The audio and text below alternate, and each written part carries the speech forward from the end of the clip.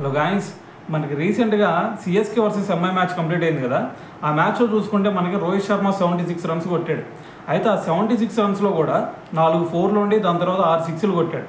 అయితే మరి ఈ 6 6లతో ఒక రికార్డ్ అయితే క్రియేట్ చేశాడని చెప్పాలి. అదేంటంటే మనకి ఇప్పటి వరకు ఇంటర్నేషనల్ క్రికెట్ అవని లేదు అంటే మరి లీగ్స్ అయినా అవనండి. సో T20 ఫార్మాట్లో చూసుకుంటే ఇప్పటి వరకు అత్యధిక 6లు కొట్టిన, అది కూడా ఒకే దేశంలో అత్యధిక 6లు కొట్టిన బ్యాట్స్మెన్ ఎవరన్నా ఉన్నారా అంటే అది క్రిస్ గేల్ మాత్రమే. సో అతను చూసుకుంటే మరి మొత్తం కూడా 357 సిక్సెస్ అయితే ఇప్పటి వరకు కొడతాం జరిగింది.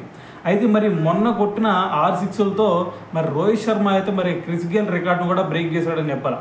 సో మరి ఈ రికార్డ్ని బ్రేక్ చేసేసి మొత్తంగా చూసుకుంటే 361 సిక్సెస్ అయితే కొడతాం జరిగింది. సో మరి దీంతో మరి క్రిస్ గేల్ రికార్డును కూడా బద్దలు కొట్టేసి ఫస్ట్ ప్లేస్కి అయితే వెళ్ళిపోయాడు. అయితే దాని తర్వాత ప్లేసెస్లో కనుక మీరు ఒకసారి చూసుకుంటే మరి సెకండ్ ప్లేస్లో చూసుకుంటే మనకి విరాట్ కోహ్లీ ఉన్నాడు. సో దాని తర్వాత సెకండ్ ప్లేస్లో వచ్చేసరికి మనకి క్రిస్ గేల్ ఉన్నాడు. థర్డ్ ప్లేస్లో వచ్చేసరికి విరాట్ కోహ్లీ. ఫోర్త్ ప్లేస్లో వచ్చేసరికి మనకి ఎంఎస్ ధోని. దాని తర్వాత మరి ఫిఫ్త్ ప్లేస్లో వచ్చేసరికి కైరన్ పోలార్డ్ అయితే ఉండడం జరిగింది. సో మరి వీళ్ళు టాప్ 5 ప్లేసెస్లో అయితే సో ఈ ప్లేయర్స్ అయితే ఉన్నారనమాట.